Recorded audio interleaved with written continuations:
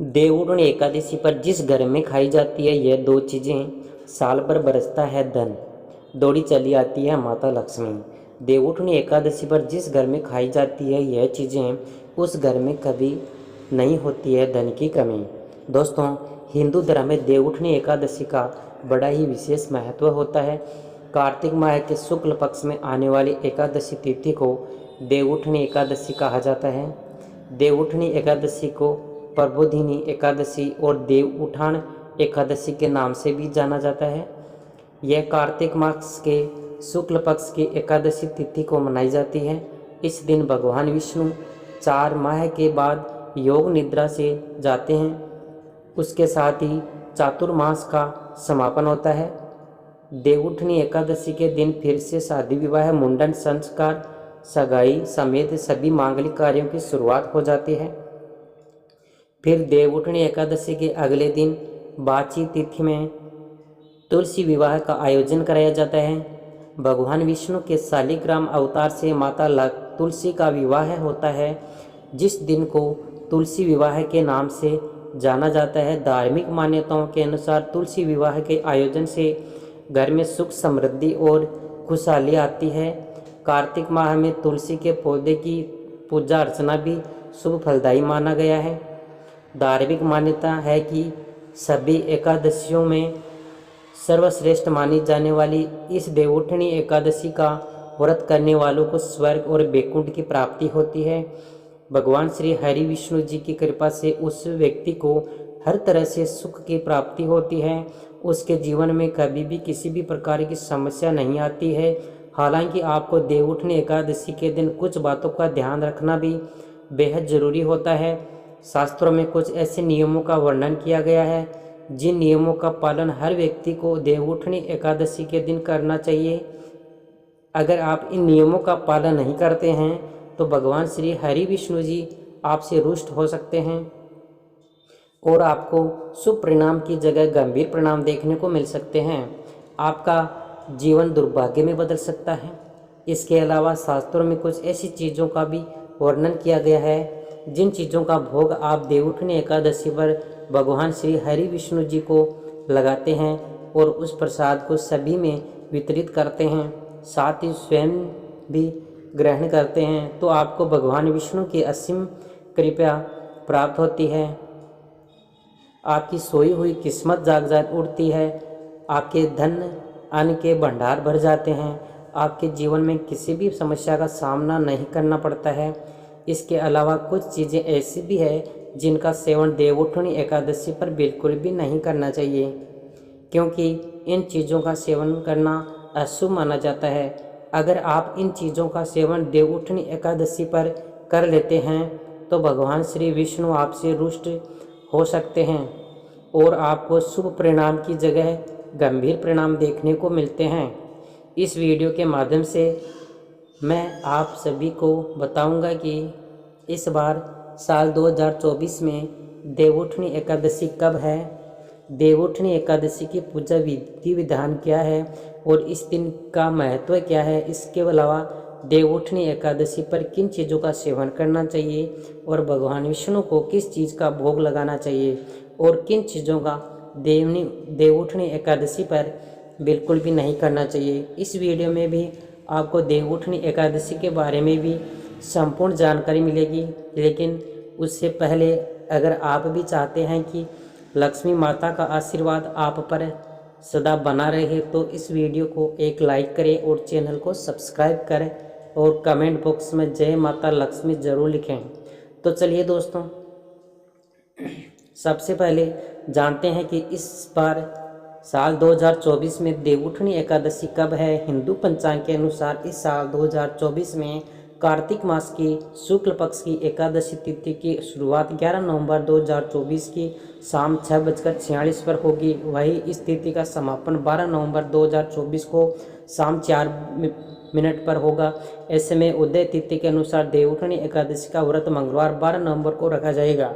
इसके अलावा देवउठनी एकादशी व्रत प्राण के बारे में बात करें तो व्रत का प्राण देवउठनी एकादशी के अगले दिन यानी 13 नवंबर को किया जाएगा। ऐसे में देवउठनी एकादशी प्राण 13 नवंबर सुबह 6:42 से लेकर 8:51 के बीच किया जाएगा। साथ ही दोस्तों इस बार देवउठनी एकादशी पर कई संयोग भी बन रहे हैं। देवउठनी एकादशी के दिन सुबह 7:10 तक अर्चन होगा। अर्चन योग का निर्माण हो रहा है, वही वज्र योग पूरे दिन रहेगा। स्वार्थ सिद्धि योग 12 नवंबर को सुबह 7:52 से लेकर 13 नवंबर को सुबह 5:40 तक स्वार्थ सिद्धि योग रहेगा। इसके अलावा रवि जोग देवउठनी एकादशी के दिन सुबह 6:33 से 7:52 तक के रवि योग का निर्माण होगा। वही सुबह 6:33 से शाम 4:04 तक भद्रा का भैया सया रहेगा। ज्योतिष में भाद्रा के सोए में शुभ कार्य करने की मनाही होती है। आइए दोस्तों अब जानते हैं देवउठनी एकादशी विधि विधान के बारे में। देवउठनी एकादशी के पवित्र दिन पर सुबह ब्रह्मा मुहूर्त में उठकर स्नान करना चाहिए और भगवान विष्णु के व्रत का संकल्प लें। इसके बाद मंदिर की साफ सफाई करें और भगवान विष्णु दान की देवी माता लक्ष्मी का स्मरण करें। फिर भगवान को पंचामृत से स्नान कराकर साथ ही जल हल्दी या गोपी चंदन का तिलक लगाएं। उसके बाद भगवान विष्णु को पीले फूलों की माला, मिठाई, फल और तुलसी के पत्ते चढ़ाएं। भगवान विष्णु के ओम नमो भगवते वासुदेवाय या कोई अन्य मंत्र जापें। विष्णु सहस्त्र नाम का पाठ करें और आरती गाएं। पूरे दिन व्रत का पालन। एकादशी का महत्व लिए अब जानते हैं कि देवउठनी एकादशी पर किन चीज़ों का सेवन करने से और किन चीज़ों का भोग भगवान श्री हरि विष्णु जी को लगाने से सुख संपत्ति और धन ऐश्वर्य की प्राप्ति होती है। नंबर 1, सिंगाड़े का भोग। सिंगाड़ा माता लक्ष्मी को बेहद प्रिय है, इसलिए देवउठनी एकादशी के दिन भगवान विष्णु को सिंगाड़े का भोग जरूर लगाएं। भोग लगाने के बाद उस प्रसाद को सभी में वितरित करें, स्वयं भी ग्रहण करें। ऐसा कहा जाता है कि भगवान विष्णु को सिंगाड़ा का भोग लगाने से माता लक्ष्मी बेहद प्रसन्न होती है और साधक को माता लक्ष्मी की असीम कृपा प्राप्त होती है, जिससे साधक के अन्न धन के भंडार भर जाते हैं। नंबर 2, तिल का भोग। धार्मिक मान्यताओं के अनुसार देवउठनी एकादशी के पवित्र दिन पर भगवान श्री हरि विष्णु जी को तिल का भोग लगाने से व्यक्ति को सभी पापों से छुटकारा मिल सकता है। इस दिन तिल का विशेष महत्व बताया गया है, इसलिए इस दिन तिल का दान करें। ऐसा करने से व्यक्ति कभी नरक नहीं जाता। नंबर 3, गन्ने का भोग। देवउठनी एकादशी के दिन तुलसी विवाह भी होता है, इसलिए गन्ने का मंडप बनाकर पूजा की जाती है और भगवान विष्णु को भोग भी लगाया जाता है। धार्मिक मान्यताओं के अनुसार ऐसा कहा जाता है कि भगवान विष्णु को गन्ना चढ़ाने से सुख शांति की प्राप्ति होती है, साथ ही जीवन में किसी भी प्रकार की समस्या का सामना नहीं करना पड़ता है। नंबर 4, केले का भोग। भगवान विष्णु को केले बहुत प्रिय है, इसलिए जब भगवान योग निद्रा से जाते हैं तो उन्हें केले का भोग लगाया जाता है। इससे धन वृद्धि होती है और सभी समस्याओं से भी छुटकारा मिल सकता है। इसके अलावा आपको देवउठनी एकादशी पर केले के पौधे की पूजा अर्चना भी करनी चाहिए। ऐसा करने से साधक को भगवान श्री हरि विष्णु और माता लक्ष्मी जी की विशेष कृपा प्राप्त होती है और जीवन में कई तरह के शुभ फलों की भी प्राप्ति होती है। नंबर 5, पंचामृत। धार्मिक मान्यताओं के अनुसार भगवान विष्णु की पूजा में पंचामृत होना बेहद जरूरी होता है। बिना पंचामृत के भगवान विष्णु को भोग नहीं लगाया जाता है, इसलिए देवउठनी एकादशी तिथि के दिन भगवान श्री हरि विष्णु को दूध, शहद, घी, शक्कर से बने पंचामृत का भोग अवश्य लगाएं। इससे सौभाग्य की प्राप्ति हो सकती है और सड़क की सी हुई किस्मत जाग उठती है, साधक की किस्मत जाग उठती है। नंबर 6, पंजीरी का भोग। देवउठनी एकादशी के दिन भगवान विष्णु को पंजीरी का भोग जरूर लगाएं। ऐसा कहा जाता है कि पंजीरी भगवान विष्णु को अति प्रिय है और इन चीज़ों का भोग लगाने से व्यक्ति को मनोवांछित फलों की प्राप्ति हो सकती है और परिवार में खुशियों का आगमन होता है। पंजीरी का भोग लगाने से अशुभ ग्रहों के बुरे प्रभाव से छुटकारा भी मिलता है। नंबर 7, गुड़ का भोग। मान्यताओं के अनुसार भगवान विष्णु को गुड़ बेहद प्रिय है, इसलिए भगवान विष्णु जी को देवउठनी एकादशी पर गुड़ का भोग अवश्य लगाना चाहिए। ऐसा करने से साधक को लाभ होता है, साथ ही सौभाग्य में वृद्धि होती है। नंबर 8, मिश्री और पीली मिठाई का भोग। देवउठनी एकादशी के दिन भगवान विष्णु को पीले रंग की मिठाई और मिश्री का भोग जरूर लगाना चाहिए। पीला रंग भगवान विष्णु का प्रिय रंग है, माना जाता है कि मिश्री और पीली मिठाइयों के भोग से भगवान विष्णु की अनंत कृपा प्राप्त होती है और जीवन में तरक्की के नए नए मार्ग खुलते हैं। नंबर 9, मखाने और साबूदाने की खीर। देवों की एकादशी के दिन भगवान विष्णु को मखाने या साबूदाने की खीर का भोग लगाना चाहिए। खीर प्रभु श्री विष्णु को बेहद प्रिय है। खीर का भोग लगाने से भगवान विष्णु भक्तों पर असीम कृपा रहती है।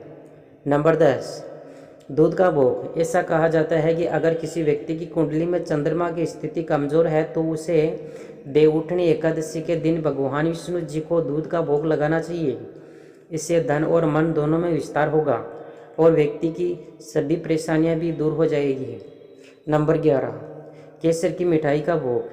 भगवान विष्णु को केसर की मिठाई अत्यधिक प्रिय है। ऐसे में देवउठनी एकादशी के दिन केसर युक्त चीज श्री हरि को जरूर अर्पित करें और साधक ऐसा करते हैं कि उन्हें सुख, शांति और धन ऐश्वर्य की प्राप्ति होती है। इसके अलावा देवउठनी एकादशी पर भगवान विष्णु को सफ़ेद रंग का भोग लगाएं। इस दिन खीर या सफ़ेद रंग की कोई भी मिठाई का भोग लगाने से श्री हरि विष्णु प्रसन्न होते हैं। नंबर 12, भगवान विष्णु के भोग में तुलसी का उपयोग करें। विष्णु भगवान को तुलसी अति प्रिय है। भगवान विष्णु को भोग लगाते समय तुलसी का उपयोग करना चाहिए। तुलसी का उपयोग करना ना भूलें। धार्मिक शास्त्रों के अनुसार भगवान विष्णु तुलसी का बिना भोग ग्रहण नहीं करते हैं। साथ ही भगवान के भोग में सिर्फ सात्विक चीज़ों का प्रयोग करना चाहिए। भोग में प्याज, लहसुन का प्रयोग वर्जित होता है क्योंकि यह सात्विक आहार में नहीं होता है। इसके अलावा भगवान विष्णु के भोग में तीखी चीज़ों के इस्तेमाल से बचना चाहिए और भगवान को भोग लगाने के बाद भोग को कुछ देर पूजा स्थल में ही रखें। भोग लगाने के बाद भगवान को प्रणाम कर थोड़ी देर के लिए वहाँ से हट जाना चाहिए। भगवान के भोग के साथ एक लोटा जल भी रखना चाहिए। इसके अलावा भगवान को भोग लगाते हुए भोजन का थोड़ा सा हिस्सा निकालकर गाय को जरूर खिलाना चाहिए। इसके बाद ही उसे भोग को प्रसाद के तौर पर बांटना चाहिए। धार्मिक ग्रंथों के अनुसार गाय को माता का दर्जा दिया जाता है और गाय को भोजन खिलाने से पितृदोष से मुक्ति मिलती है। तो दोस्तों, यह चीज़ें जिनका भोग भगवान विष्णु को लगाने से आपको भगवान विष्णु और माता लक्ष्मी की असीम कृपा प्राप्त होती है। चलिए अब जानते हैं देवउठनी एकादशी पर किन चीज़ों का सेवन भूलकर भी नहीं करना चाहिए। नंबर 1, चावल। देवउठनी एकादशी के दिन किसी भी व्यक्ति को भूल से भी चावल नहीं खाने चाहिए। चावल से बनी चीज़ों से इस दिन दूर ही रहना चाहिए। ज्योतिष का कहना है कि चावल खाने से माँ और शरीर स्थिर नहीं रहता है। चावल को भविष्य अन्न कहा जाता है। यह देवताओं का भोजन माना गया है। ऐसे में इस दिन चावल खाने से व्यक्ति के सारे पुण्य नष्ट हो जाते हैं। नंबर 2, देवउठनी एकादशी तिथि पर जो और सिंपली को खाना भी वर्जित माना जाता है। इसके अलावा देवउठनी एकादशी के दिन लहसुन और प्याज के सेवन से भी बचना चाहिए क्योंकि यह दोनों तामसिक भोजन में आते हैं। यदि आपने व्रत नहीं भी रखा है तो कोशिश करें कि सात्विक भोजन ही करें। इस दिन मांस, मदिरा और अन्य तीखी और मसालेदार चीज़ों का सेवन भी नहीं करना चाहिए। देवउठनी एकादशी के दिन पूरी तरह से सात्विक भोजन करना चाहिए। नंबर 3, पान। देवउठनी एकादशी के दिन भगवान नारायण को पान अर्पित किया जाता है। ऐसे में व्यक्ति को पान नहीं खाना चाहिए, नहीं तो भगवान श्री हरि विष्णु जी आपसे नाराज हो सकते हैं और आपको शुभ परिणाम की जगह अशुभ परिणाम देखने को मिल सकते हैं, जिससे आपका जीवन दुर्भाग्य में बदल सकता है और जीवन भर आपको कठिनाइयों का सामना करना पड़ सकता है। नंबर 4, चने की दाल। दोस्तों, देवउठनी एकादशी की तिथि के दिन मसूर दाल, चना दाल, उड़द दाल, गोभी, गाजर, शलगम, पालक का साग आदि का सेवन नहीं करना चाहिए। साथ ही इस दिन शारीरिक, मानसिक तौर पर किए जाने वाले बुरे कार्यों को भी करने से बचना चाहिए क्योंकि शास्त्रों में देवउठनी एकादशी को मोक्षदायिनी तिथि भी कहा जाता है। इसलिए देवउठनी एकादशी तिथि के दिन इन चीज़ों का सेवन बिल्कुल भी नहीं करना चाहिए, वरना आपका जीवन दुर्भाग्य में बदल सकता है। नंबर 5, बैंगन। शास्त्रों में बैंगन को अशुभ माना गया है। ऐसे में देवउठनी एकादशी पर बैंगन का भी सेवन नहीं करना चाहिए। ऐसा माना जाता है कि इस माह में पितृदोष संबंधी बीमारी होने का खतरा रहता है और बैंगन पितृदोष बढ़ाता है। इसके अलावा देवउठनी एकादशी पर ब्रह्मचर्य का पालन करना चाहिए और बैंगन कम प्रवृत्ति को बढ़ाता है, इसलिए कार्तिक माह में धार्मिक दृष्टि से बैंगन खाना उचित नहीं है। उत्तेजना वर्धन होने की वजह से बैंगन को धार्मिक दृष्टि से अशुद्ध माना गया है। अगर आप गलती से भी देवउठनी एकादशी पर बैंगन का सेवन कर लेते हैं तो शुभ परिणाम की जगह अशुभ परिणाम देखने को मिलता है, जिससे आपका जीवन दुर्भाग्य में भी बदल सकता है और आपको आर्थिक तंगी जैसी समस्याओं का भी सामना करना पड़ सकता है। नंबर 6, दूसरे घर का भोजन। एकादशी के दिन किसी दूसरे घर का भोजन नहीं करना चाहिए, यहाँ तक कि दूसरे के घर का पानी भी नहीं पीना चाहिए। ऐसा करना अशुभ माना जाता है। ऐसा करने से आपके घर में नकारात्मक ऊर्जा का वास होता है, जिस घर में अशांति का माहौल बना रहता है। नंबर 7, बासी भोजन। दोस्तों, गीता में बासी भोजन को तामसिक और रोगवर्धक बताया गया है। ऐसे भोजन को अपवित्र की श्रेणी में रखा गया है, इसलिए बासी और जला हुआ भोजन देवउठनी एकादशी व्रत के दौरान नहीं खाना चाहिए। अगर आप व्रत नहीं भी रख रहे हैं तो भी आपको देवउठनी एकादशी पर बासी भोजन नहीं खाना चाहिए। दोस्तों, यह तमाम जानकारी जन रुचि को ध्यान में रखकर दी जा रही है। ज्योतिष और धर्म के उपाय और सलाहों को अपनी आस्था और विश्वास पर आजमाएं। वीडियो का उद्देश्य मात्र आपको बेहतर सलाह देना है। इस संदर्भ में हम किसी भी प्रकार का कोई दावा नहीं करते हैं। दोस्तों, वीडियो अच्छी लगी हो तो लाइक और सब्सक्राइब जरूर करें। धन्यवाद।